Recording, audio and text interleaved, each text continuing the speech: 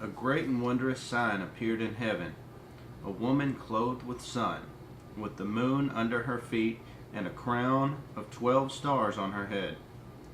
She was pregnant and cried out in pain as she was about to give birth. Then another sign appeared in heaven: an enormous red dragon with 7 heads and 10 horns, 7 crowns on his heads. His tail swept a third of the stars out of the sky and flung them to the earth.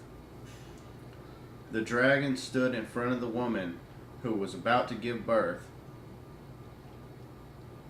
so that he might devour her child the moment it was born.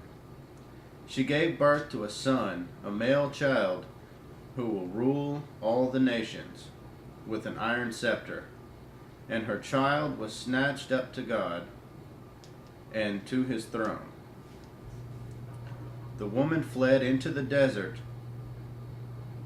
to a place prepared for her by God, where she might be taken care of for 1260 days.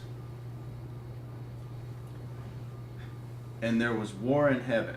Michael and his angels fought against the dragon, and the dragon and his angels fought back. But he was not strong enough, and they lost their place in heaven. The great dragon was hurled down, that ancient serpent called the devil, or Satan, who leads the world astray.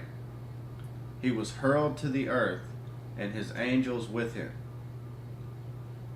Then I heard a loud voice in heaven say, "Now have come the salvation and the power and the kingdom of our God, the authority of his Christ. For the accuser of our brothers, who accuses them before our God day and night, has been hurled down. They overcame him by the blood of the Lamb and by the word of their testimony. They did not love their lives so much as to shrink from death. Therefore rejoice, you heavens, and you who dwell in them.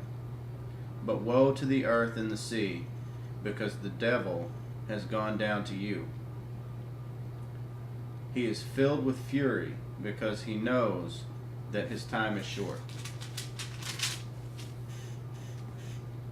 When the dragon saw that he had been hurled to the earth, he pursued the woman who had given birth to the male child. The woman was given the 2 wings of a great eagle, so that she might fly to the place prepared for her in the desert, where she would be taken care of for a time, times and a half a time, out of the serpent's reach.